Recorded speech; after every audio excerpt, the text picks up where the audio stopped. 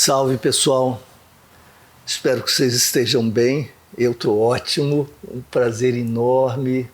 Um privilégio mesmo estar com meu amigo Dr. Vinícius Jorge Oliveira Ribeiro. Jorge Oliveira Ribeiro da Silva, como mamãe gostava. Que nome. Na hora de preencher o formulário dava um trabalho. Rapaz, mas que alegria ter você. Eu acho que você não sabe disso. Quando eu te conheci, quer dizer, de nome primeiro. Eu tinha visto você, mas de nome, conversando com Hélio Luz, que é uma grande figura. Né? Uma figura que eu admiro muito, assim como você. E ele me dizia, ele já estava cético. Ele sempre foi muito crítico, muito cáustico, cético. E eu pedia para ele me ajudar, me orientar, me ensinar, porque ele conhecia profundamente a Polícia Civil e ele me dava umas indicações, quase sem dizer nada, aquele jeito do Hélio. Né? E ele te adorava, ele tinha uma hora de admiração por você. Você foi chefe de gabinete dele quando ele foi... Depois quando ele foi... Ele era delegado, foi chefe da Polícia Civil, depois foi deputado. É um dos primeiros deputados ou políticos, delegados de esquerda com uma visão crítica, né, do nosso país, e ficou muito conhecido pelo trabalho que ele fez, muito corajoso. O Hélio foi ímpar. E você esteve ao lado do Hélio Luz e ao lado do Marcelo Freixo, outro querido amigo nosso, né, que também teve um papel muito importante na segurança do Rio de Janeiro. Aí já foi outro enfrentamento às milícias. E eu acho que está todo mundo muito curioso. Você virou uma celebridade depois do sucesso do Galho Escrito, que é um documentário excelente, né, interessantíssimo. E você participou ali, as pessoas sempre me diziam: o Vinícius, sei, aquele que dava uma risada, que tinha uma risada, as coisas mais terríveis que você dizia com aquilo. Mal sabia que eu estava rindo de nervoso. De nervoso. Eu disse, bom, Vinícius virou uma celebridade, mas eu quero conversar com ele, então que bacana de ter essa chance de te ouvir, porque todo mundo está pensando sobre as milícias, o que fazer com elas, etc. Quando a gente olha para frente e pergunta, e agora, como lidar com isso, com essa coisa tremenda que se implantou e se espalhou metastaticamente, etc., é importante a gente conhecer a genealogia desse processo. Né? O processo histórico é sempre relevante. E você teve ali, no início do confronto da luta contra as milícias, você ajudou o Marcelo, deputado estadual, encaminhou a solicitação da abertura da CPI sobre as milícias, o Pisciani, que era o presidente da Assembleia, engavetou, isso no início de 2007, com um ano engavetado, e aí houve aquele episódio terrível com o repórter, motorista e fotógrafo do Dia, eles quase morreram, né, na agressão dos milicianos no Batã. E aí, finalmente, com a pressão popular, da opinião pública, da mídia, etc., o Pisciani teve que desengavetar e dar a presidência para o Marcelo, porque ele tinha... É regimental. É regimental. Na verdade, não é nem dar, era obrigatório. Era consequência natural. E, de repente, vocês dois, você com sua experiência já como delegado de Polícia Civil no Rio de Janeiro, e o Marcelo, militante pelos direitos humanos e deputado estadual, vocês tiveram de começar a encarar isso, enquanto o nosso amigo Cláudio Ferraz, delegado Cláudio Ferraz, fazia um baita trabalho. Grande parceiro. Iniciava, o trabalho foi conjunto. Iniciava esse trabalho lá na Draco. Né? Conta um pouquinho dessa história, Vinícius. Pois é, Luiz. A questão das milícias é interessante, né? Porque todo mundo sabia, né? Para variar, né? O Brasil é assim, né? Era uma coisa escancarada no Rio de Janeiro, né? A milícia, na verdade, era um subproduto da política, né? A gente tinha uma política violenta e corrupta, como reflexo imediato disso, uma polícia violenta e corrupta. Quando eu digo polícia, eu estou falando no sentido bem amplo, né? A gente pode ter uma visão de polícia assim na visão de polis mesmo, né? Estado, né? A polícia em sentido estrito talvez seja a parte mais visível, sensível disso, né? E como um produto imediato ou um subproduto, surge a milícia, né? que naquele momento as milícias eram, sim, pré-máfias, vamos chamar assim, todas lideradas por agentes do Estado, né? Seja da área de segurança pública, seja da área prisional, seja da área até das Forças Armadas, de Defesa Nacional, né? Como uma das milícias era um cabo do Exército, né? A outra tinha um bombeiro, a outra tinha um policial civil, a outra tinha um policial militar, em alguma tinha um policial rodoviário, federal menos, quase mais. Era esse universo que às vezes tinha um guardazinho municipal abusado. Abusado. Abusado. Está chegando agora, mas já botou a carinha. Né?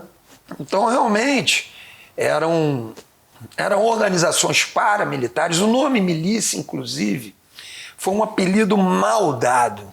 Mas apelido não adianta. Cola. Colou, não adianta reclamar, né? É.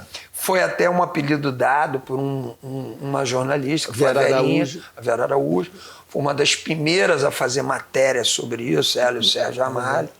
Matérias ótimas, críticas, corajosa, beça. A época em que César Maia defendia milícia, Eduardo Paes defendia milícia, Garotinho, Cabral, Rosinha, os milicianos lotados nos palácios, ou vereadores e deputados da base de governo com acesso aos gabinetes das chefias de executivo e por aí vai, né? A gente pode falar isso com muita tranquilidade, porque tem diário oficial disso, tem áudio disso, tem vídeo disso, né? A gente não está falando de coisas que a gente achou, Claro. né? São fatos públicos e notórios, né? E para além da política, a gente tinha uma máscara social, né? Uma hipocrisia social, né? É um mal menor, né? Como autodefesa comunitária. Autodefesa. O César Maia usou isso. Sim. Usou isso. Eu não tenho nada contra o César Maia, pelo contrário, respeito a história política dele no Rio de Janeiro. Ele, hoje a máquina da prefeitura é o que é, deve muito a ele, inclusive, do ponto de vista administrativo, técnico, né? Mas ele usou a história de Rio das Pedras para tentar legitimar o conjunto das milícias, que é um outro equívoco que muitos repetem por aí sem ir a fundo, que Rio das Pedras é o berço das milícias no Rio de Janeiro. Isso não é verdade. Rio das Pedras tem uma história ímpar, que começa lá nos anos 60, construção civil, Barra de Tijuca, migração nordestina, e mandaram os caras se virarem lá, bora lá. Eles foram se virando na educação, na saúde e também na segurança, com pessoas que moravam ali mesmo. Às vezes era um bombeiro, um praça do bombeiro, às vezes um praça da PM. Começou com uma autodefesa comunitária, sim, lá atrás. Depois vira uma polícia mineira, claro, quem manda nisso vai se assomorando. E só vira milícia quando a polícia civil entra com maquininha de caça-níquel lá, e aí isso opera uma transformação para a milícia. De novo está o Estado aí, está a política aí. Seja primeiro abandonando, depois entrando de forma criminosa, né? Estado, política, né? Então a história de Rio das Pedras é ímpar, né? As milícias, curiosamente, claro que são um processo de anos que tem uma influência, né?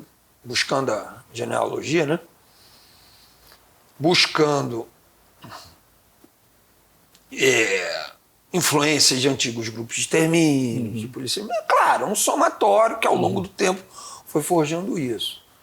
Mas, a rigor, se a gente tem um ponto nessa história que é muito interessante. Isso vai parar até de alguma forma ficcionada que seja no Tropa de Elite 2, né? No Elite da Tropa 2. Quando uma comunidade pequena, ali em Jacarepaguá, operário, comunidade pequena, tinha um pequeno tráfico lá, com arrego com a polícia, né? O arrego acho que a gente não precisa explicar mais, né? Porque já é o acordo espúrio de grana entre policiais corruptos e tráfico para funcionar ali. E um dia deu um desarranjo. Aí a guarnição da PM foi lá e simplesmente matou os traficantes que tinham ali. Quando voltou, o sargentão deu um esporro generalizado. Porra, vocês são malucos, e agora? Agora quem é que paga pra gente? Aí já tinha um soldadinho mais novo, com uma cabeça mais antenada.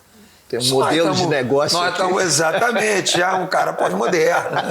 Não era o sargentão lá de trás. Fez MBA. É um soldadinho novo, já mais ligado nas novas tendências, né? Ele, não, mas tem ali a Kombi que sobe, tem o gatunete, tem um negócio. Já tinha essas coisas, e o gás.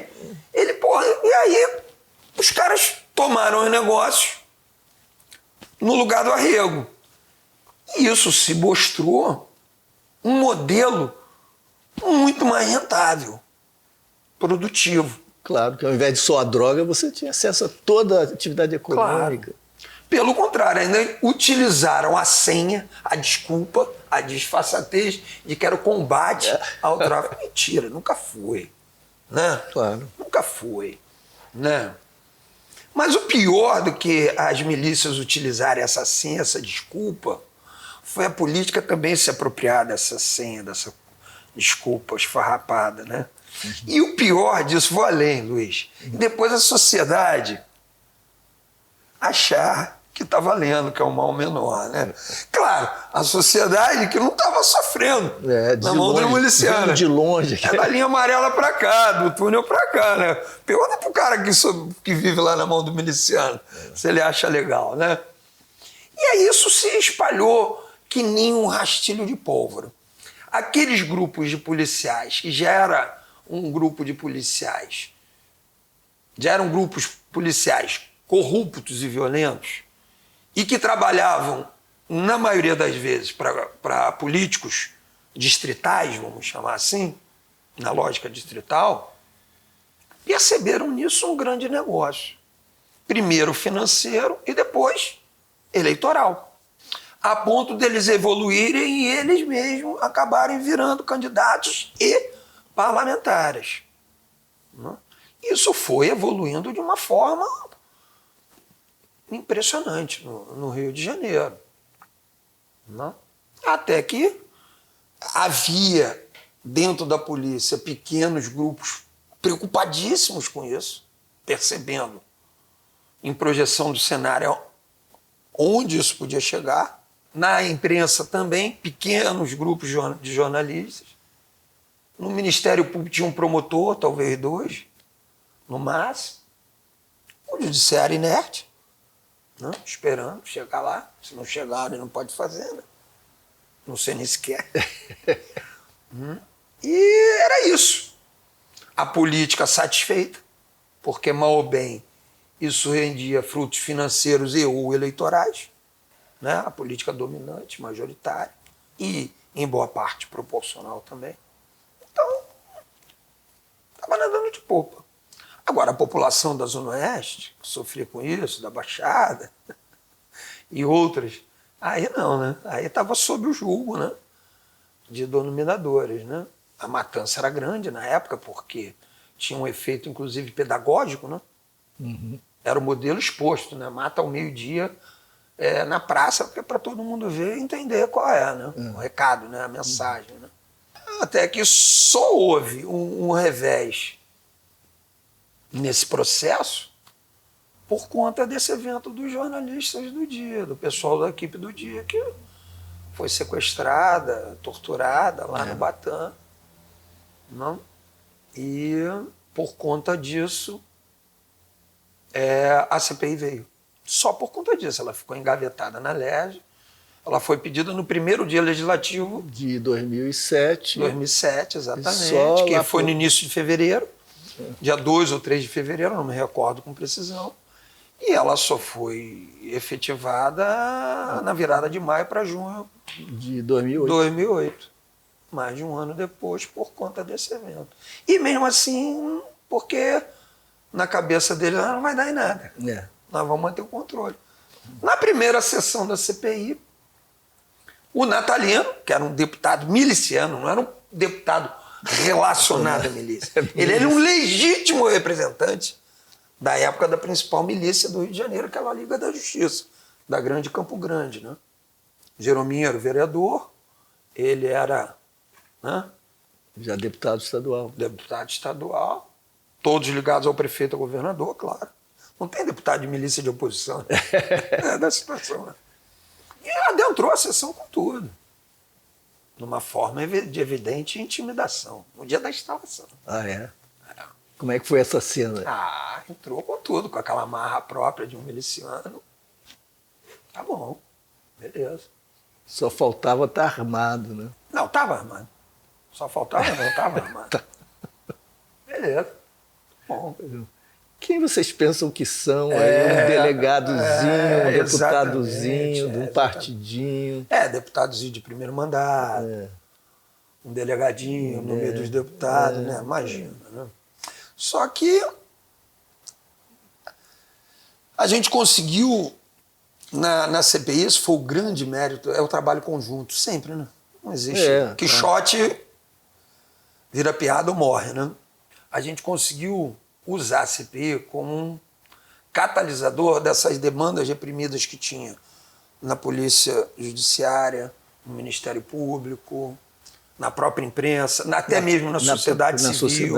Nós fomos buscar as parcerias com a sociedade civil, academia, e também usando o aspecto eleitoral, Polícia Federal, Ministério Público Federal, e a junção... A própria mídia começou a abrir espaço crítico. Sim. Foi feita a pauta com todos os grandes veículos à época para interagir, ter o apoio. Isso tudo foi... Talvez esse tenha sido o grande mérito, porque se não houvesse essa junção de esforços, não teria sido feito... A rigor foi o primeiro diagnóstico oficial das milícias no Rio de Janeiro e as primeiras providências efetivas, né? Realmente, as milícias sofreram enfrentamento à época, a Draco veio, aí o Cláudio, na época, é colega de turma, né? Isso facilitou muito que a gente dividia as tarefas, né? Não, aqui você vai, não, aqui não entra que eu já estou vendo, senão vai trabalhar. Não, aqui provoca porque vai me ajudar. Aí é aquela coisa bem de polícia de investigação, né? Isso ajudou muito. O trabalho da Draco na época foi... Que já vinha, já era antecedente. Ele começou em 2007. Mas ele incorporou, exatamente. Aí ele ganha corpo, ele ganha peso, ganha apoio. Né? E aí o Ministério Público vem... E mesmo as resistências dentro da polícia já não... Muitas enormes. Mas tinham que recuar diante... Tinham. Dessa avalanche que vocês começaram a produzir. Não, aí eu não... aí tu tem que criar a onda grande para sair da frente, senão vai passar por cima. Acabou que deu resultado. Né? As milícias foram identificadas, as lideranças todas perderam os mandatos políticos, seja por ação política em sentido estrito, seja por consequência da ação policial, ministerial, judicial. Embora alguns políticos que tenham se beneficiado das milícias tenham ficado à margem. Alguns conseguiram ficar. Mas sobreviver. O senhor teve votos aqui, só aqui. Houve isso sim. Mas aqueles que eram realmente dos quadros do Estado, que lideravam essas milícias, eles foram todos identificados, foram presos, foram expulsos, demitidos. Quem tinha mandato perdeu. E houve essa resposta. Os homicídios caíram de um ano para o outro 40% na Zona Oeste. Como é que você consegue uma redução de um ano para o outro de 40%, Luiz? Isso é absurdo. Eu mesmo olhava isso quando olhava. Falei, isso aí na curva, na série, é um negócio inacreditável. Dá até pra gente... Eu mesmo ia checar. Falei, não, é demais. Não pode ter isso. E era. Você vê o nível... Que a violência estava tão concentrada, né? Sim, exatamente. O nível que estava isso ali. Mas, ao mesmo tempo que houve essa resposta, houve uma resposta policial e política, houve o alerta à época de que aquilo, antes de tudo, acima de tudo, era um negócio criminoso. E que tinha que ter também esse enfrentamento do ponto de vista econômico. Né? Era a questão do gás, da TV por sinal, por assinatura na época, né? Do transporte alternativo, as vans, né? Começaram os negócios imobiliários. Aí já começava. Na época, estava evoluindo da grilagem e começando a construção civil. E a ocupação também de algumas Sim, obras. Exatamente. Já estava na transição da grilagem, dos terrenos, das terras, para a construção civil. Ou começando a construir, ou se assenhorando de construções. Né? E não houve isso. Né? Eu me lembro que tem um dado curioso. Né? Aí o Eduardo Paes era prefeito. Se elegeu. A primeira coisa que ele faz é uma reunião com a cooperativa de vans, que tinha sido dominada pela milícia. Qualquer cooperativado que resistiu, morreu. Foi morto. Né? Aí a gente berrou. Ele rapidamente voltou atrás, isso é verdade. Daí ele cria um órgão dentro da prefeitura para controlar as vans e o Cláudio Ferraz sai da Draco e vai para lá. Depois, né? Ele sai da Draco em 11, fica 2 anos na Escola Superior de Guerra. Isso, fazendo curso. Depois, na outra gestão do Eduardo, ele vai para lá. Mas mesmo assim, porque se berrou. E a gente tem que reconhecer, ele reconheceu. Né? E parou. Né? Foi rápido nisso, inclusive. Mas isso serve para demonstrar como é que era essa relação. Por exemplo, o Cristiano Girão, a gente vai e volta um pouquinho no tempo, porque não dá para sintetizar muito. Porque Cristiano Girão era o dono da milícia, um bombeiro militar do estado do Rio de Janeiro. Né? Era sabido, até pelas pedras, o dono da milícia da Gardenia Azul. Nomeado assessor especial da Rosinha, governadora. É isso. Um cargo em confiança no Palácio do Governo. Né? O Nadinho de Rio das Pedras, depois foi morto, era vereador, entrava direto no gabinete do prefeito, do César Maia, antes. Né? Então, o Natalino lá, com o Cabral. Né? E um parênteses, já que a gente está fazendo os cruzamentos temporais, e para mostrar que a coisa persiste, né? Esse sujeito que está, um dos acusados do assassinato do advogado, um advogado no Rio de Janeiro, foi assassinado na porta da OAB, ainda no horário de trabalho. Um dos acusados, já preso, inclusive, foi nomeado assessor na área do Departamento de Patrimônio da Assembleia Legislativa 2 dias depois do crime. No lugar do outro que já estava lá há alguns anos. E que tinha vindo do Executivo desde a época do Cabral. Isso ainda acontece, né? Sim, ainda tem os resíduos disso. E aí vão entrevistar o sujeito que o contratou. Então, mas não tem nada transitado em julgado, porque são 16 acusações de homicídio, mas enquanto não houver o... Você sabe que no período que eu trabalhei na Assembleia Legislativa, eu fiz um projeto lá de compliance.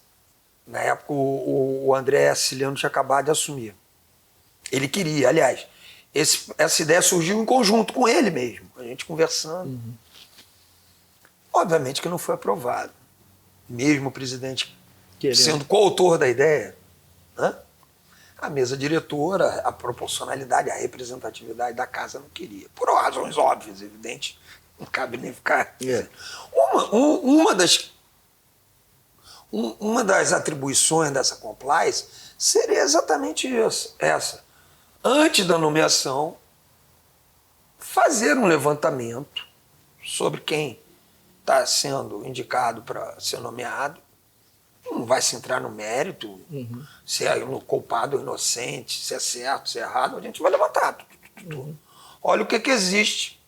Porque uma coisa é deixar o sujeito livre, porque não foi, a coisa não foi transitada em julgado. Outra coisa é nomeá-lo... E bota para o cara que pediu a nomeação. Olha aqui, está aqui. Com base nisso, você mantém... Exatamente.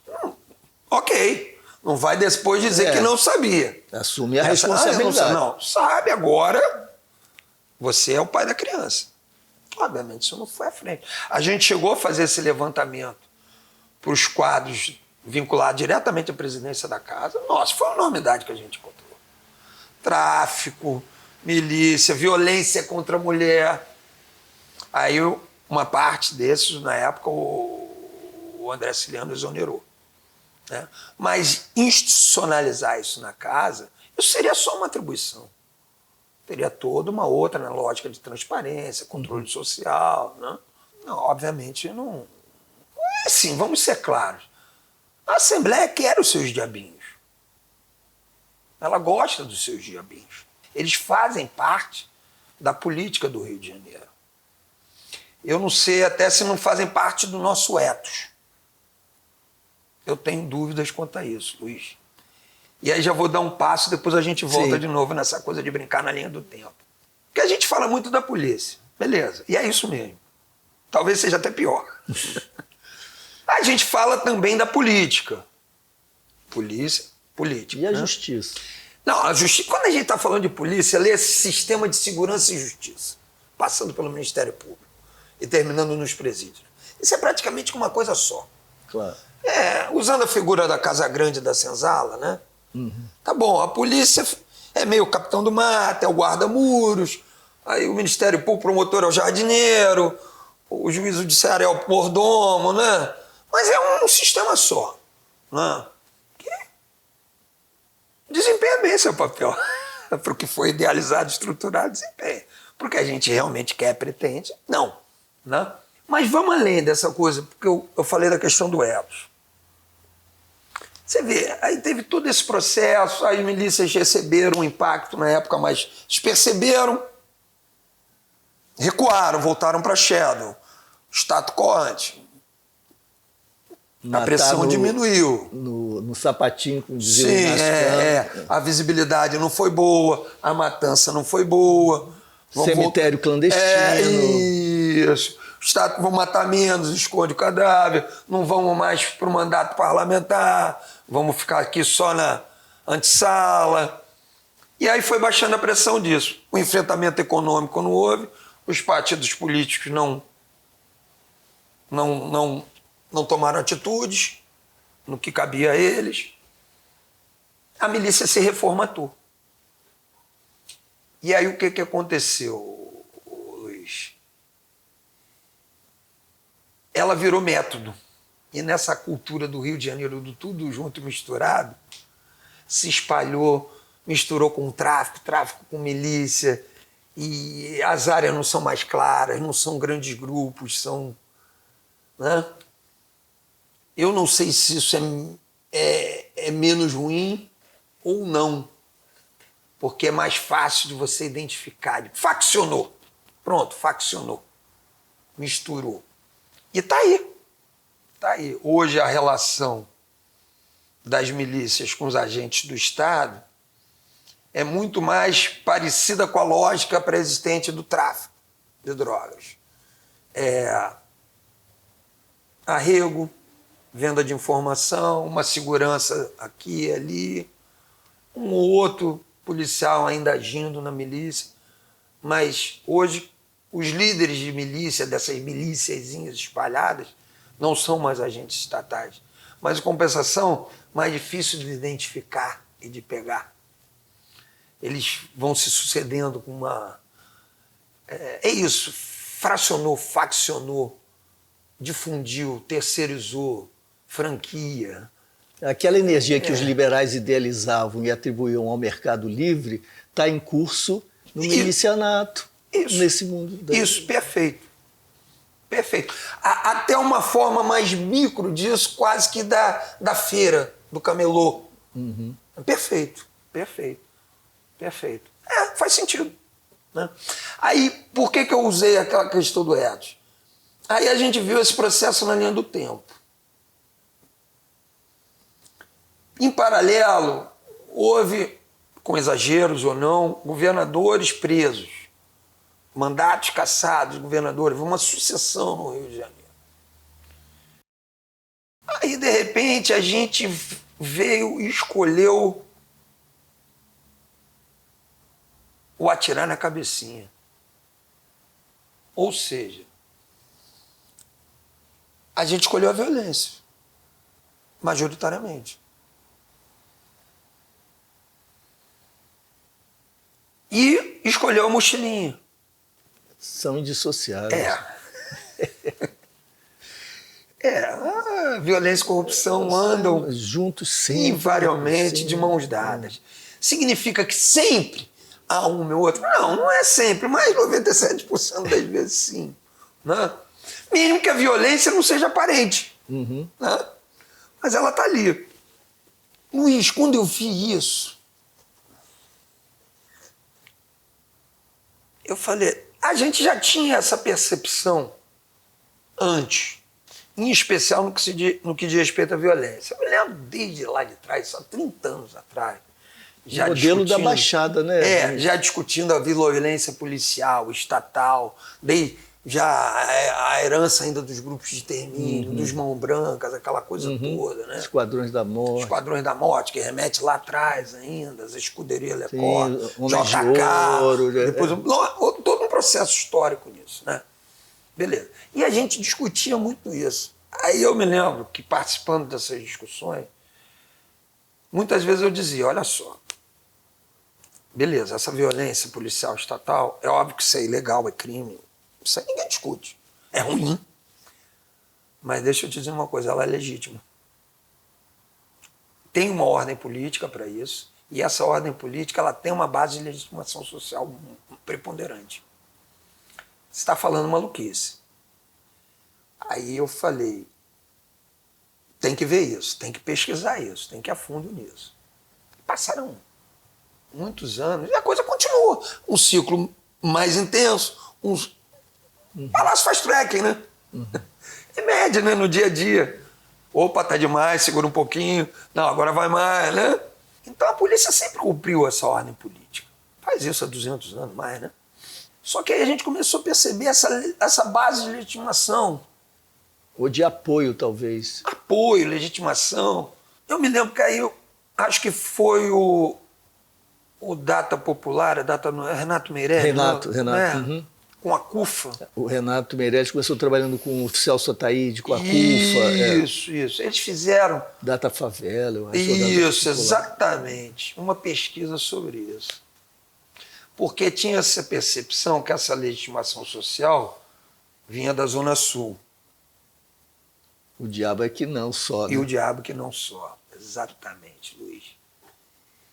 E aí aquela percepção que a gente tinha, ela ficou demonstrada técnica, cientificamente, pela primeira vez, numa pesquisa, num trabalho bom, bem feito, sério. Aí, com a eleição do Witzel, com o slogan "atirar na cabecinha", ali ficou evidenciado isso do ponto de vista eleitoral. Cara, tudo bem, o governo não durou um ano e pouco. Quer dizer, o governo durou. Mas não... O governador não. O governo continuou. E esse que caiu não caiu pela violência policial, ao contrário. Não, foi pelos escândalos de corrupção na saúde. E porque teve a pretensão de se apresentar como pré-candidato à presidência já querendo desde o primeiro logo, dia. Já, puf, né? Em suma. Mas aquele recado aí depois a gente vê a mochilinha de corrupção na mesma lógica, que na verdade é o somatório, né? É a face da corrupção daquela face da violência. E veja bem, eu não estou querendo falar do fulano, do ciclano, não. Sim. Que poderia ser a Maria ou o João. O que eu estou querendo dizer com isso? A Itália desistiu, né? A Itália incorporou, né? Levou o Berlusconi lá. Exatamente. Foram pelo menos uma década de enfrentamento. Juiz sendo explodido, mafiosos sendo enjaulados, né? Enjaulados. Partidos políticos sendo extintos. Berlusconi virou o cara. E a Itália chegou à conclusão de que aquilo faz parte mais do que da economia. Incorporou no PIB e reconheceu que faz parte da história, da cultura. E hoje convive. Eu não sei se a gente está nesse processo. Eu estou falando de Rio de Janeiro, eu não estou falando de Brasil. O Brasil é um país continental. O Rio Grande do Norte tem suas especificidades, Rio Grande do Sul outras. Mas como a história começa aqui, né? Do Estado brasileiro, né? Isso tem um impacto. Eu realmente eu não sei. Aí vai dizer assim, peraí, mas você está querendo dizer que isso é inevitável e que é democrático? Não, eu não chego a esse ponto. Mas senão a gente fica agora de novo. O que aconteceu no julgamento? Eu dizia isso lá atrás, olha, polícia mata porque recebe ordem política para matar. Às vezes mata legitimamente, neutraliza alvo legitimamente, em legítima defesa, de terceiro, e às vezes mata mesmo. Todo mundo sabe disso. Esconder isso é idiotice. Até porque nem fazem questão de esconder. Não. Mata e mostra que estão matando mesmo. Não. Porque recebe ordem política para isso. E essa ordem política tem base em legitimação social. Beleza, vamos lá. Vamos caminhar nisso aí. Mas às vezes a coisa sai tanto do tolerável, do admissível, do suportável. E ou pega um policial, um delegado que bate de frente, que a coisa anda. Acontece, não acontece? Uhum. Aí o que o Ministério Público faz? Ou não faz? Mas às vezes pega um promotor lá também que vai para dentro. Opa, 2 exceções. E vira um processo. O que o judiciário faz? Ou não faz? Impronuncia, segura, vai pela menor, ganha tempo, se perde lá nos anos. Mas às vezes anda, porque pegou um juiz, uma juíza que vai. Já juntamos a 3ª exceção do sistema, né? E a coisa vai para júri. O que os jurados fazem? Nesses pouquíssimos casos que chegam, legitimam, absolvem. Ou sai por um outro caminho. Entendeu? Então, quando eu pego essa questão dos casos excepcionais, dá até para dizer excepcionalíssimos, que chegam ao júri. Eu posso até ser mais preciso para o pessoal ter a ideia do que a gente está falando, a escala, né? De 2003 a 2022 foram 20.791 mortes provocadas por ações policiais no estado do Rio de Janeiro. 20.791. Menos de 10% dos casos chegaram a decisões judiciais. É por aí. É isso aí. E nas que chegam aí... Acontece isso. E aí, isso a gente já sabia, né? Mas quando a gente viu o eleitorado do Rio de Janeiro pegar um cara que veio do nada, que ninguém conhecia aqui, que larga a magistratura, é o melhor cargo da República, o melhor cargo do Estado brasileiro é a magistratura. Inamovível, vitalício, garantia, o teto do funcionalismo, mais os penduricalhos. O cara larga isso e vem para o Rio de Janeiro, nem daqui era. Andava de braço dado com o pastor Everaldo e com Nelson Burnier. Nomes autoexplicativos. Certo. Bota no Google que está lá, né? Com todo cuidado, com as pesquisas na internet. Né? E nós elegemos o cara com o slogan atirando na cabecinha. Como é que a gente não quer violência como resposta, Luiz? E é óbvio que a corrupção estava embutida nesse pacote. Né? Violência sem corrupção? No 0800? Como assim, amigo? Não vai ficar no 0800. E o truque, Vinícius, muito óbvio, né? Não estou dizendo que esse fosse um projeto consciente de tal ou qual agente político, eu não tenho como provar isso, seria leviano.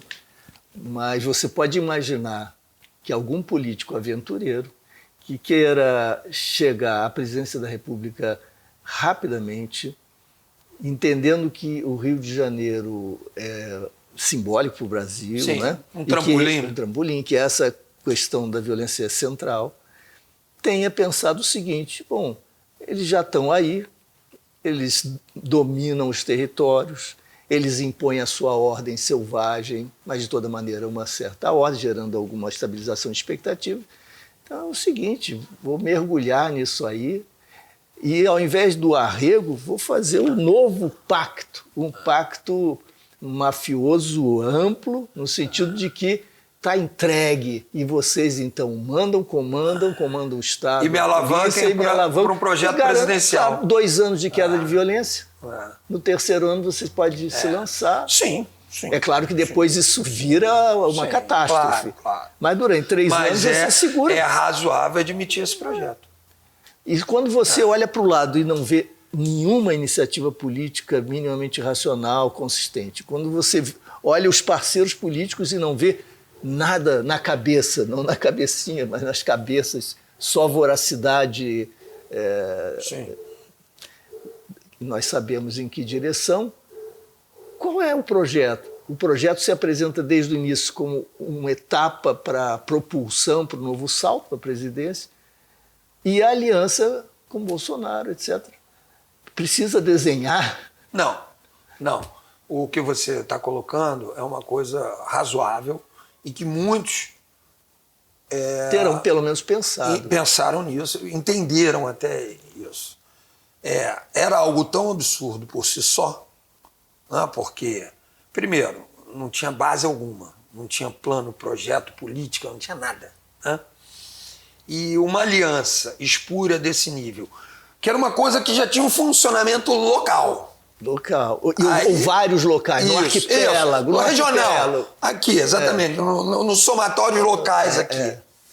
E você tentar ir e colocar isso como, mesmo que sob a capa de segurança pública, né? Sim. Como uma alavanca para um projeto presidencial, era uma operação, digamos assim, eu não sei se nem de altíssimo risco, suicida. Né? E acabou que realmente durou 1 ano e pouquinho, pandemia, desvio de saúde, corrupção, impeachment, né? Mas sai a figura, sai essa maluquice presidencial, né? Mas fica a lógica. Essa lógica fica, exatamente. Essa lógica fica e é reafirmada de forma inquestionável pelo eleitorado carioca fluminense. Né? Vide a derrota do Marcelo Freixo agora na última eleição. Eu não gosto nem de falar da derrota do A, ou do B ou do C. Uma coisa a gente não pode duvidar: o atual governador, mas o governo, porque quando a gente fala de governo, ele não está falando só do governador, né? Claro. Está falando da Assembleia Legislativa, que governa junto, o Legislativo governa junto com o Executivo. Esse nosso modelo... Inclusive a segurança pública, como a gente tem visto. Sim. Que é um problemaço para a segurança pública, historicamente falando, né? Aliás, foi bom você tocar nisso, depois a gente volta nisso. O nosso modelo é esse, é um modelo parlamentarista, presidencialista. Presidencialismo de coalizão, né? Como queiram chamar, né?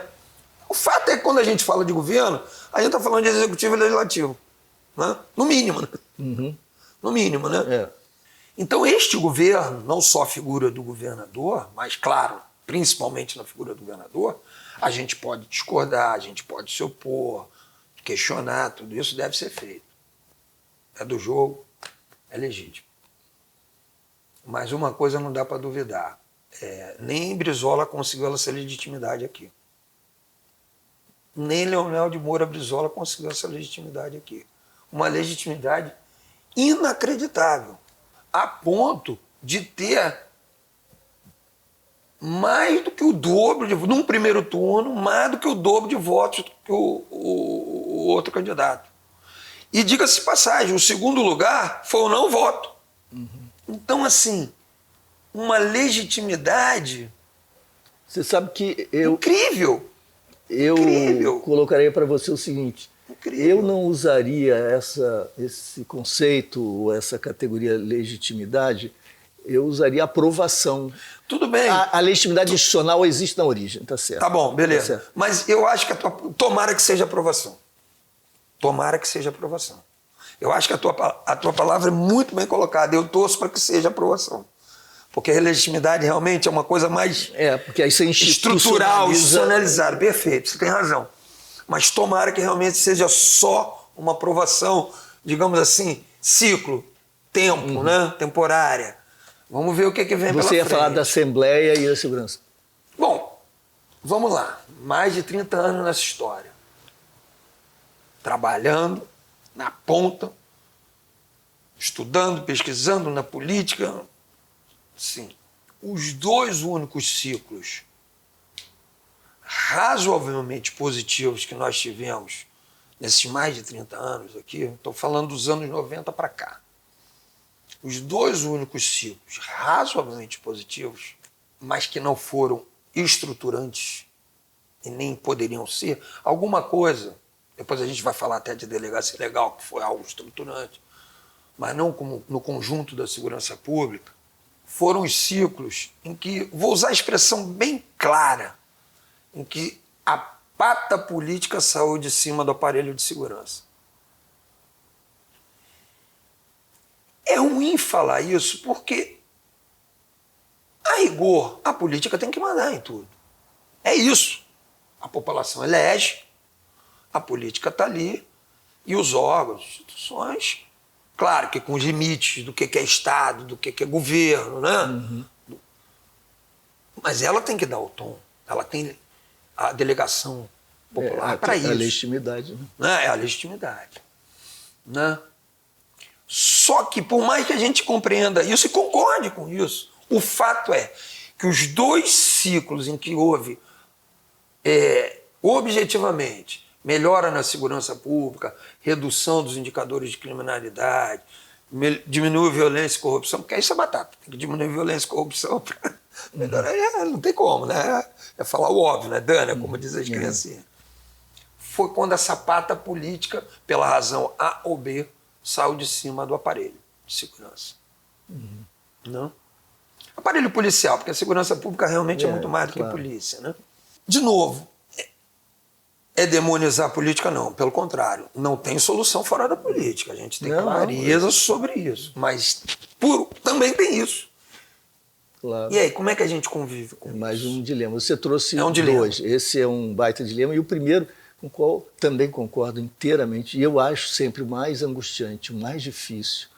E angustiante é até a melhor palavra, porque não é só difícil intelectualmente, é difícil existencialmente.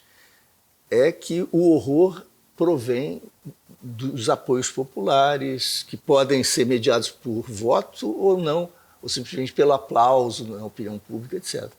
O horror não horroriza, salvo suas vítimas. O horror encanta, seduz e faz parte, você fala do ethos, dessa fome, dessa sede de sangue, né? e que acompanha o banho de sangue, que tem nos acompanhado também. Né? Sabe que tem uma coisa interessante. Quando a gente estava transitando da ditadura para a democracia, aquele período dos anos 80, a Constituinte instalada, pré-88, nos estudos sociais havia um novo investimento, um reinvestimento, que era uma área já anteriormente povoada por pesquisadores, e uma área que sempre chamava a atenção dos estudiosos, mas houve uma vaga, uma onda de interesse pelo associativismo, pelas formas de participação popular, pelas modalidades diversas de organização da sociedade civil, particularmente nas áreas populares, os territórios vulneráveis, favelas, etc. Então nós tivemos muitas pesquisas aí nessa virada no período da transição. Sim. Pessoal com fome de conhecer de novo a realidade, de interagir com a população e de ver como a população então começaria no período democrático, quando a gente começava a se reoxigenar, como é que a própria população buscaria modos de se organizar e como se ligaria à política, como lidaria com as questões políticas, até com o voto, etc. E havia uma visão tradicional muito preconceituosa, elitista, que considerava populista toda a aproximação das lideranças políticas com as suas bases populares em torno de questões menores, supostamente menores, mas para essas pessoas decisivas, calçamento da rua, infraestrutura, enfim, as questões ali da bica d'água. São questões muito, muito importantes para a sobrevivência cotidiana. Mas, tradicionalmente, se associava isso ao velho trabalhismo, ao populismo, que era despolitizador, etc.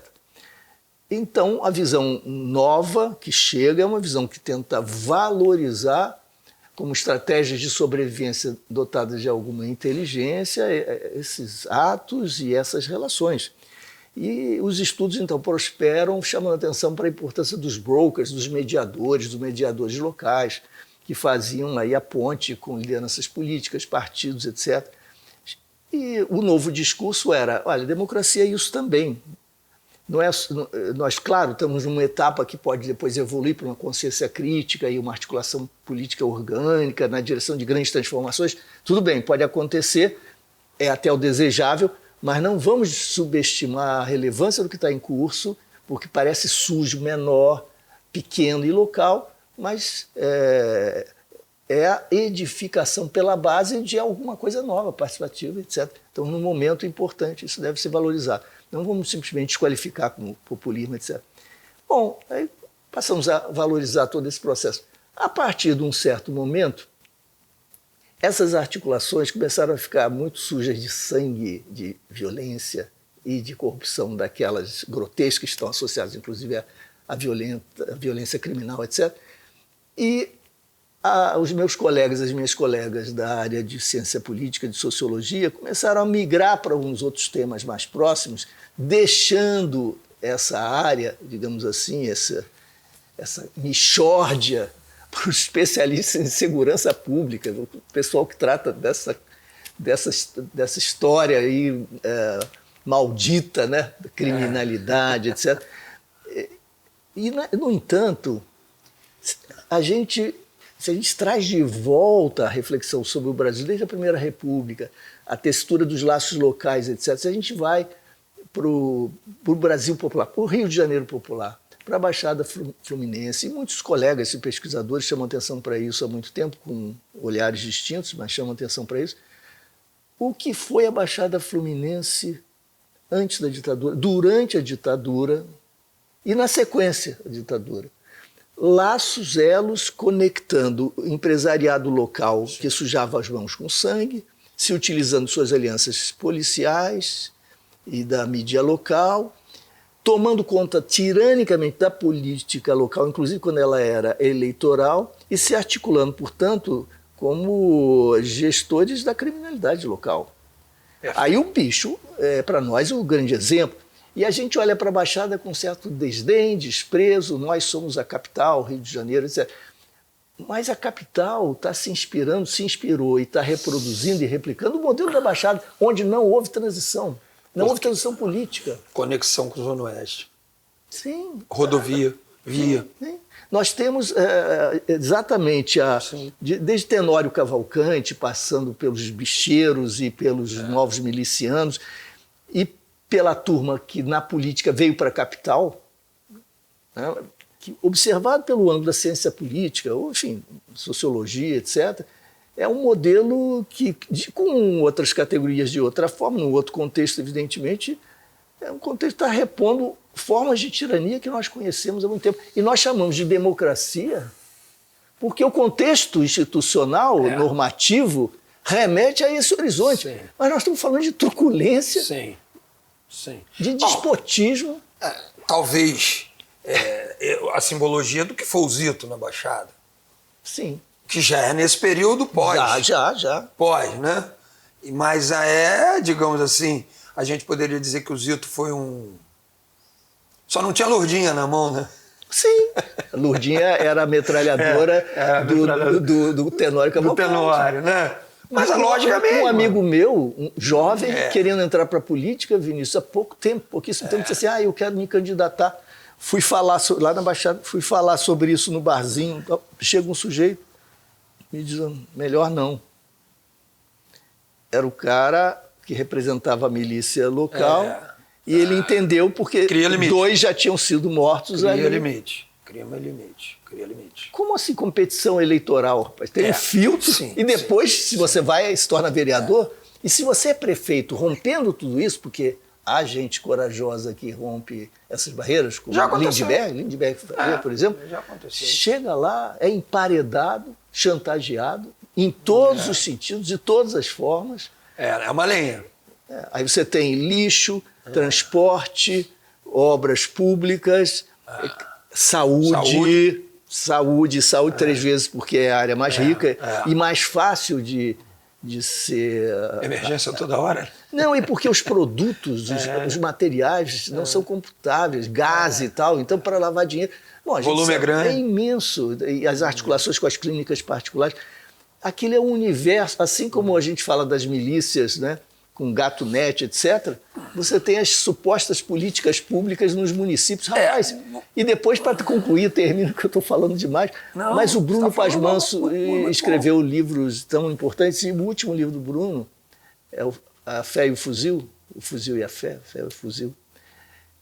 O último capítulo é dedicado, é muito corajoso e muito objetivo, é dedicado à capital de São Paulo, a maior cidade da América Latina. E a descrição que ele faz, rapaz, é muito próxima àquela que nós costumamos fazer quando nos reportamos ao Rio de Janeiro, guardadas as proporções, com outras características, mas a lógica é muito próxima. Nós estamos falando de PCC lá, sim, e aqui estamos falando mais de milícias, com outras articulações. Mas esse é um problema para a democracia, para o Estado Democrático de Direito, enfim, é um problema para a sociedade. O que você está colocando é assim, duas coisas. Uma, temos uma democracia formal, mas não uma democracia material, essencial, real. Né? Sim. Isso é algo muito sério, né?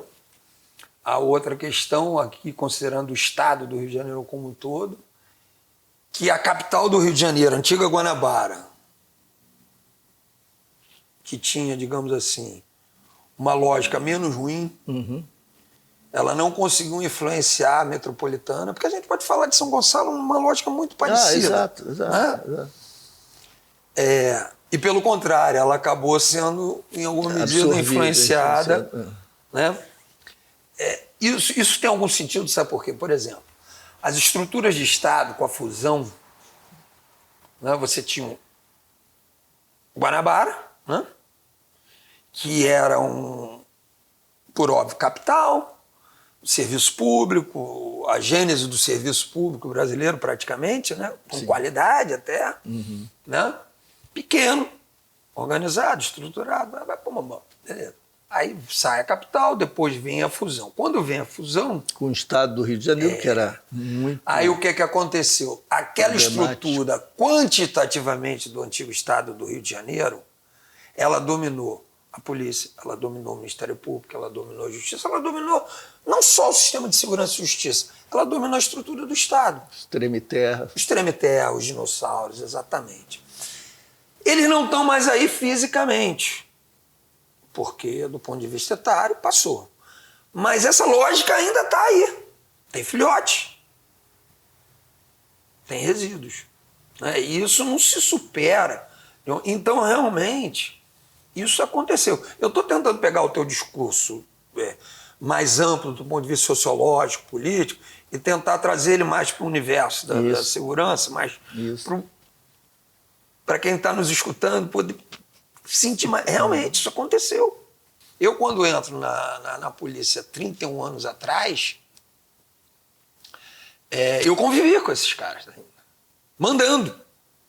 Ou não mandando, mas ainda disputando o mando, ainda resistindo ao mando. Era uma loucura. E quando ia para o judiciário era pior, porque eles ficavam lá mais tempo, passando pelo Ministério Público. Então, realmente, todo o sistema de segurança e justiça, isso pode ser entendido para o aparelho de Estado como um todo, ele vivenciou isso. Então, realmente, o que você está falando faz sentido. Agora, e aí, Luiz? Né, o chaguismo, né?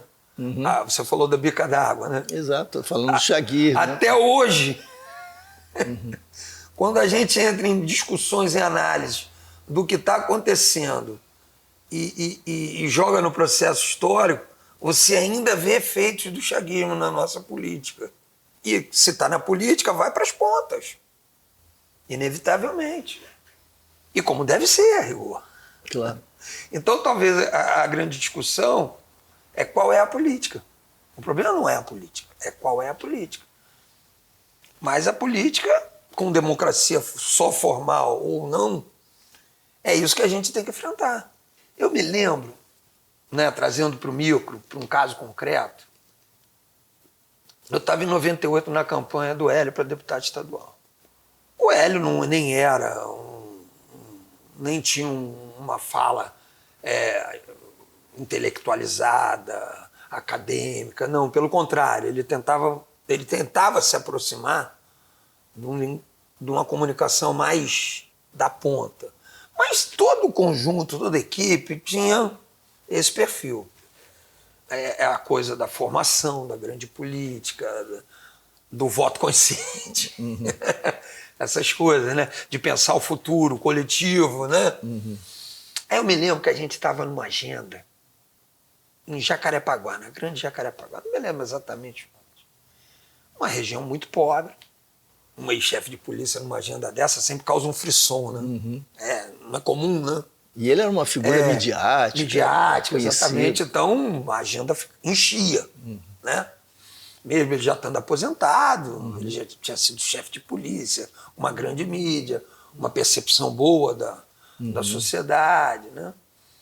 Disputando a primeira eleição lá. Aí estava lá um montão de gente falando, não era só ele. E o discurso passeava muito por isso, de convencer aquelas pessoas de que não poderiam se deixar levar pelo assistencialismo, pelo populismo, de ter uma visão de conjunto, coletiva, mais para frente, para construir. Beleza, nada contra isso. E quando eu gostava muito de ficar sempre lá atrás, na bagunça, na cozinha, no botequim, né? Poder ouvir, interagir na real. E aí você começa ali, Aí toma um cafezinho, aí, às vezes toma até uma cachaçinha, aí o pessoal vai ficando à vontade, vai se sentindo firmeza, vai confiando. Aí me vem assim um senhor, já um avô. Ô doutor, deixa eu dizer um negócio para o senhor. A gente está entendendo tudo que vocês estão falando. Muito bonito, muito bom. A gente, legal. Mas ele falou assim mesmo para mim. Tem um cagalhão na porta da minha casa. Ele está falando obviamente da questão do esgoto, né? Tem um cagalhão na porta da minha casa. Eu tenho que tirar esse cagalhão da porta da minha casa. Porque meus netos brincam ali. Tá entendendo? Tá faltando comida na geladeira. E aí ele começou a ir por aí, né? Ou seja, a gente passava por cima das necessidades imediatas mais básicas daquela população, no afã da construção de uma sociedade melhor, que sai ideal. Mas e aí? Aí a gente não presta atenção nisso, alguém vai lá e presta. Uhum. E tira, mesmo que temporariamente, mesmo que mantendo ele sob controle, sob domínio mesmo, o cagalhão da porta dele. E abrem uma igreja ao lado. E aí, claro, entra, óbvio, ocupar esse espaço. Sim, Como ocupar esse espaço também nas cadeias. Claro. Ocupar, eu vi isso. Na época as cadeias ficavam com a gente. Só eu trabalhei em 2 concentradoras de presos, que eram as cadeias públicas, casas de custódia, como se chamam. Na verdade, mini presídios, que ficava até o preso condenado lá. Iam lá fazer trabalho de evangelização, iam trabalhar, e aí dali, aí aponta na cadeia, aponta na favela, na periferia. E aí trabalha a família, trabalha o conjunto, dá alguma resposta, dá algum atendimento, mínimo, imediato que seja. Traz para o controle, traz para o domínio. Mas você sabe, Vinícius, não, a sua descrição é perfeita. Eu tentei concretizar isso. É isso, né? É isso. É assim que acontece. Qual é o grande dilema? É que, além do atendimento imediato de necessidades, etc., porque isso é compreensível, isso tem de ser objeto de atenção e de investimento até prioritário. Mas, além disso, existia também uma disputa em torno de alguns valores e compromissos. Por exemplo, vamos apostar no tiro na cabecinha, é isso? E um não necessariamente está relacionado diretamente ligado ao outro. Não, são 2 disputas. São. Essa coisa realmente, Olha, essa coisa de legitimar a morte, eu até hoje me pergunto, né? Estudando o processo histórico, né? É engraçado, né? Porque a gente quando entra para a polícia, depois nos cursos de intermediários, até o final da carreira, na formação, a gente estuda a história das polícias, né?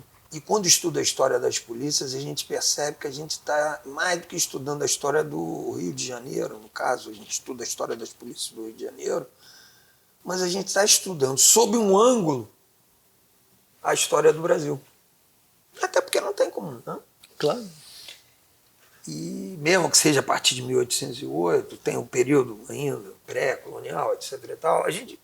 Claro que esse processo histórico ele tem vários momentos, etapas, né, que mostram, dão, mas assim, razões para entender isso, mas não são suficientes para justificar isso.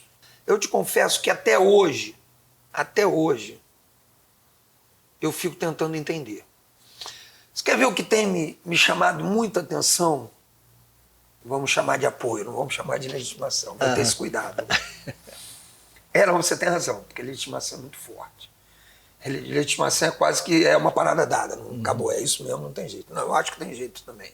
Mas eu tenho visto muito presente nos órgãos da mídia e na própria sociedade, mas matou um inocente.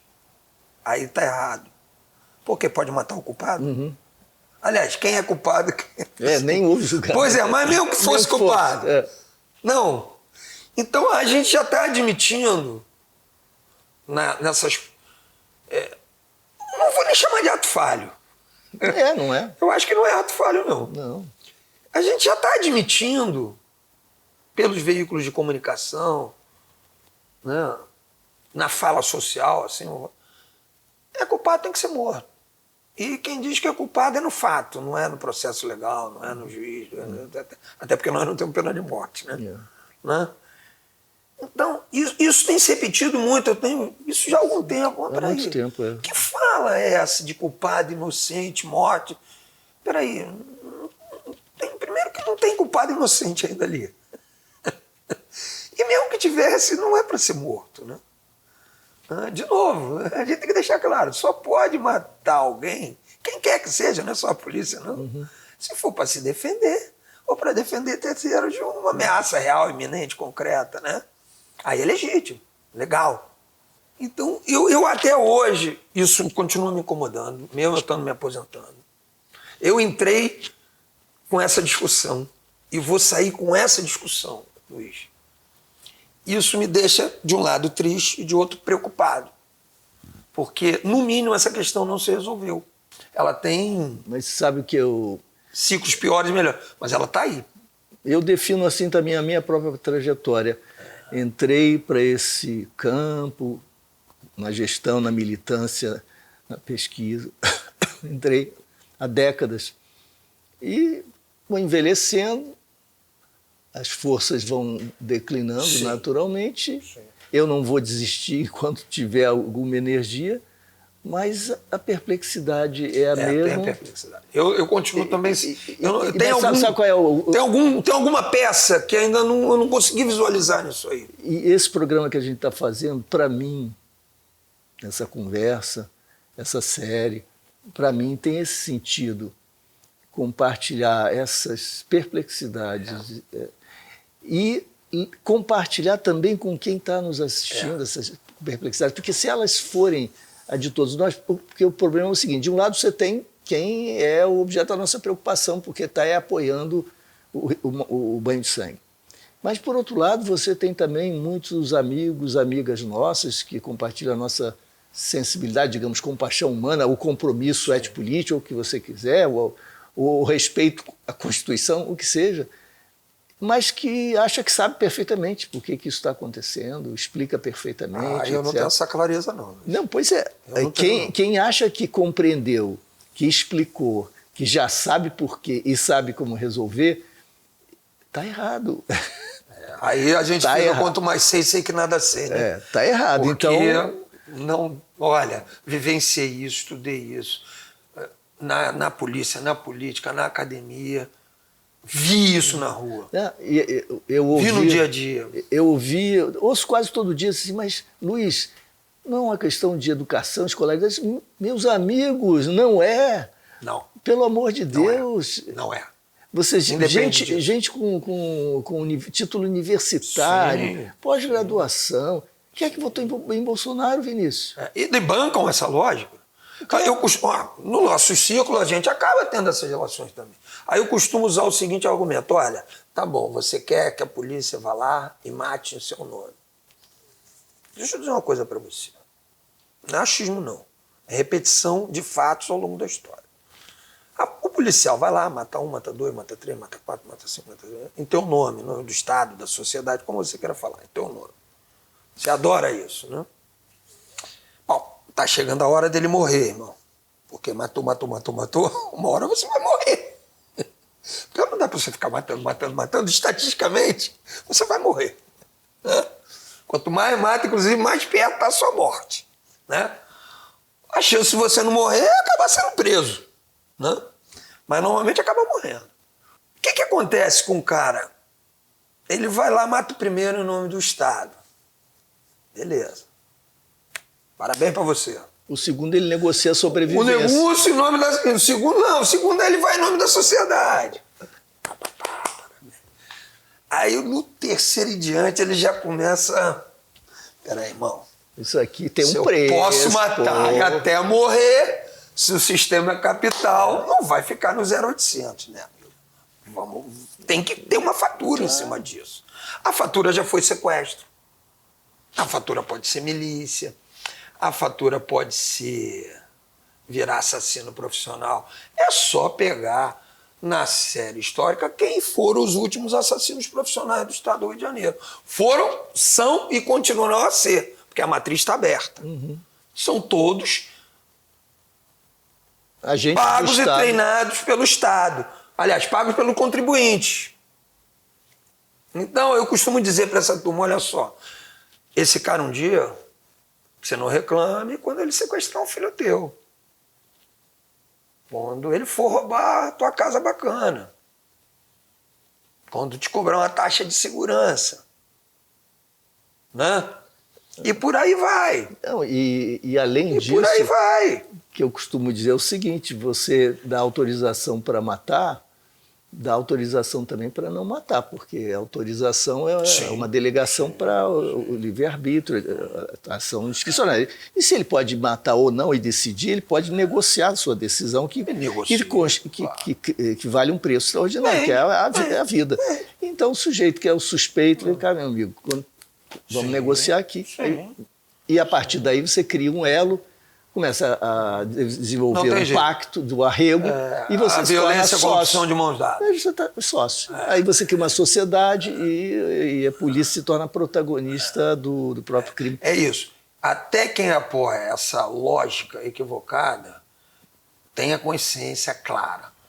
Eu estou investindo nos corruptos, nos assassinos, nos sequestradores, nos torcionários. É isso.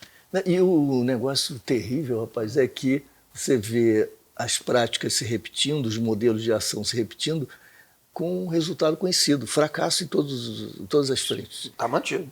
Mas se mantém, vamos fazer mais. Está mantido. Mas deu errado durante décadas, vamos fazer mais com mais intensidade. O Adriano está morto.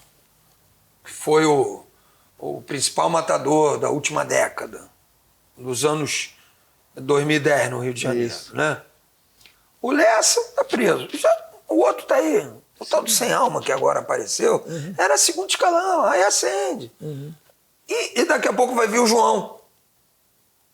Não aconteceu ainda, porque é um terreno muito machista, mas daqui a pouco vai ter uma Maria.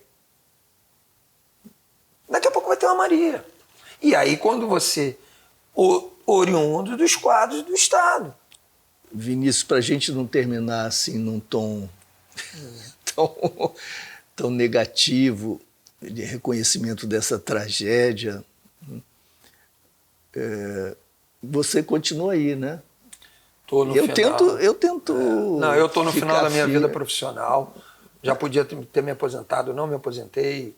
Conseguimos lá um projeto de modernização na Corregedoria da Polícia Civil, que a gente está tocando com todas as dificuldades burocráticas, administrativas, políticas, e tentando deixar aí para o futuro, mas vou me aposentar, até porque tem que deixar a fila andar. Como você bem disse, a gente vai perdendo energia, vai perdendo a pegada. Não significa que não vá se continuar de alguma forma trabalhando, mas tem que deixar renovar os quadros, tem que surgir... Tem tanta gente jovem, isso me dá esperança nos movimentos sociais, com outra cabeça, oxigenar, renovar, com disposição. Assim, talvez a gente possa dizer assim, você está dizendo que a polícia de hoje é a mesma polícia de 30, 40 anos? Não, claro que não é a mesma. Né? Ela está até mais qualificada, está até mais estruturada. E aí eu não sei se isso é melhor ou pior. Porque ela está mais estruturada, mais qualificada para fazer a mesma coisa de lá de trás. Uhum. Eu não sei se isso é bom. Pelo contrário. Você sabe que... Pelo contrário. Mas você sabe que eu tenho... Eu estou qualificando, fortalecendo. Sim. Uma lógica. Uma competência, não necessariamente... Eu gosto muito de usar a figura do Complexo do Alemão. Sabe por quê, Luiz? O Complexo do Alemão tem... o Complexo do Alemão é considerado... Desculpa me alongar, mas é legal. Não. Para quem está nos vendo falar. O Complexo do Alemão é considerado o centro do crime organizado no Rio de Janeiro. Né? Isso é uma balela. Primeira coisa, crime organizado em favela não existe. É o contrário, é anárquico. Crime organizado de verdade, eu conheci 3 no Rio de Janeiro. Os Bicheiros, o antigo PMDB e era a Fretranspor. Eram as 3 organizações criminosas do Rio de Janeiro. Crime organizado de verdade... Fretranspor é a Federação dos Transportes. Dos transportes. Né? Aí já mudou de um tempo para cá, isso mudou um pouco. Estou falando de um período mais atrás. Esses foram os que eu conheci. Hoje eu posso dizer que crime organizado com clareza, ele tem que estar num palácio, ele tem que estar num escritório, ele tem que estar numa cobertura. Na favela não tem crime organizado, tem crime violento. Aí nem eu confundo violência com organização. Pelo contrário, quanto mais organizado, menos violência. Quando tem, é qualitativa, não é quantitativa. Claro. Né? Então aquilo ali é evasão escolar na 6ª série, né? 1º grau incompleto, com todo respeito, em regra o QI é baixo, né? Não sabe o que é mercado financeiro, mal fala português e inglês, nem imagina, não tem praticamente contatos, conexões fora daquele micro-universo, só funciona ali porque tem arrego à corrupção com parte da polícia. Né? Quem arma e municia, e a munição é abastecimento regular, permanente, em regra, com raras exceções, são policiais e militares corruptos. E quando eu estou falando de militares, eu estou falando de forças armadas também. Né? Então, a chance de passar de 24 anos vivo é ser preso. Você não morre na mão do inimigo, do amigo de ontem, na mão da polícia. Então, e aí, esse dito local central do crime organizado no Rio de Janeiro, que é o Complexo do Alemão, 200 mil habitantes, né? Vamos lá, quantos traficantes você acha que tem ali, Luiz? Chuta um número aí. Tem ali menos de 500, certamente. Não, bem menos. Vamos botar 200 para facilitar o raciocínio. 200. Não tem 200, mas 200 é um número razoável. 200 contra 200 mil, me ajuda no cálculo zero. Mil. Ou seja, nem existe na estatística, né? Aí, em nome desses 200 traficantezinhos de merda, a palavra certa é essa, né? Que a gente arma, que a gente municia e que a gente leva grana para ele funcionar ali, que ele é o locatário da vez, né? O policial que leva o arrego a polícia que leva o arrego é o administrador regional e quem tem o voto ali é o dono da área, né? O traficantezinho gerente de boca lá da vez não é dono de nada, né? Vai pra vala ou é preso, né? Vai pra vala, porque quem não sabe, é morto. Né? A gente controla 200 mil habitantes. É o medo, né? A gente, em nome desses 200, a gente controla 200 mil, Luiz. Aí é que eu te digo, funciona mal ou funciona bem. Aí eu qualifico e fortaleço esse aparelho eu estou qualificando e fortalecendo essa lógica. Isso a minha geração perdeu, porque a gente percebeu isso logo. Aí não demorou a perceber isso, porque nós tivemos formação para perceber isso. E aí o dia a dia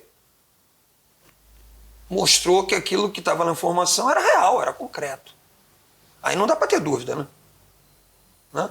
Uma coisa é a teoria, legal, está bem formulado, faz sentido, tem lógica, tem encaixe de história, de conjunto, né? Mas você pode questionar, né? Aí quando você vai para o dia a dia, para o real e concreto, e aquilo se mostra ali verdadeiro, né? Não tem mais o que ter dúvida. Alguns foram cooptados, outros preferiram não enfrentar. O fato é que a minha geração não mexeu nisso. E você sabe que triste é que eu já encontrei no mundo do crime gente com QI elevadíssimo, com muita sofisticação intelectual, e já vi situações paradoxais de muita gente descobrindo que se meteu numa furada, descobrindo cedo e não tendo como sair. Isso acontece. Eu não vou nem abrir esse terreno, porque aí...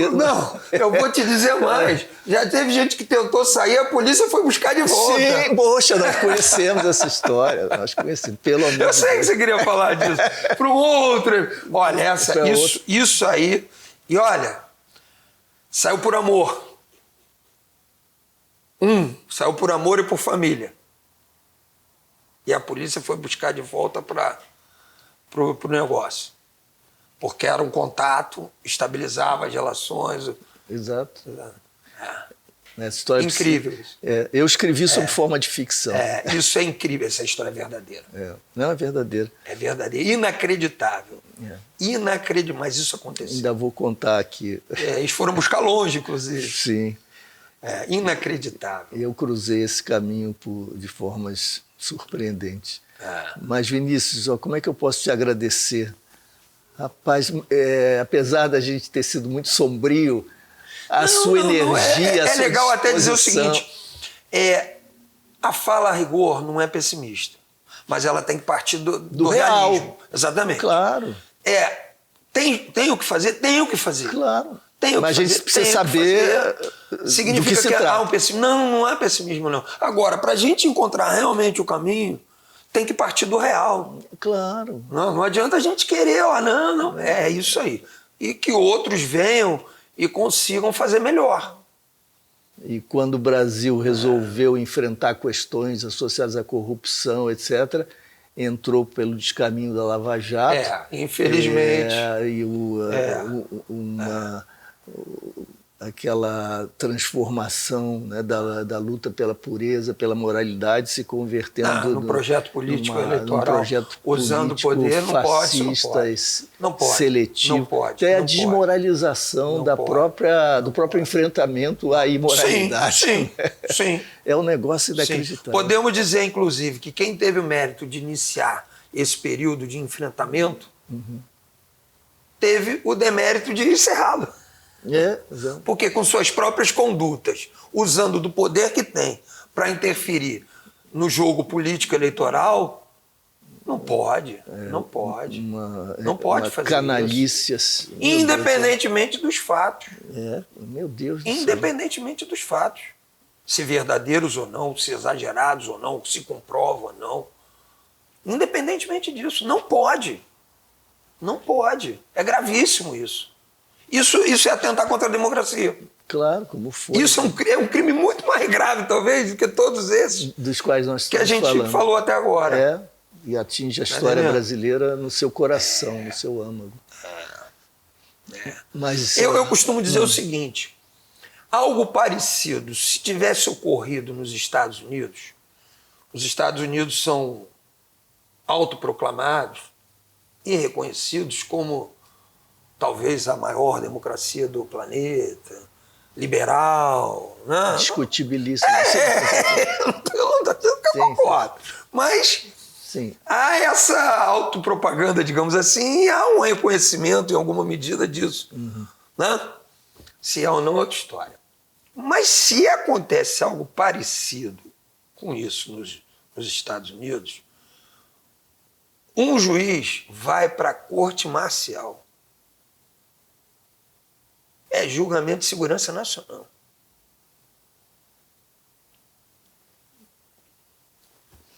Aqui ficou na advertência. Cartão E olha, amarelo. É um cartão amarelo, exatamente. Um país amarelo. sem VAR. Sem VAR. E olha, de novo, hein? Isso aqui não significa ser contra enfrentamento à corrupção, nada disso. Ninguém está falando disso. Isso não tem que ter clareza sobre isso. Agora, o enfrentamento à corrupção não pode servir de justificativa para usar o seu poder para atentar contra o jogo democrático. Não pode mesmo. Eu vou ser sincero, eu não vi nada tão grave na minha memória recente quanto a isso. Não vi. Eu acho que também não. Certamente não. Vinícius, muito, muito, muito obrigado. A gente ficaria aqui a noite toda. Por enquanto ainda é uma obrigação. A hora que eu me aposentar vai ser só um prazer, uma alegria. Obrigado. A sua energia transbordante, eu acho que compensa o lado sombrio da dos nossos diagnósticos. Tem o que fazer. Sim. Tem solução. Tem caminho. É fácil, não. Qualquer um vai dizer, o caminho está dado. Não, está dado não. Quem souber bem o caminho deve estar perdido. Esse aí não é. Exatamente. Pessoal, abraço grande. Obrigado pela atenção. Tchau, tchau.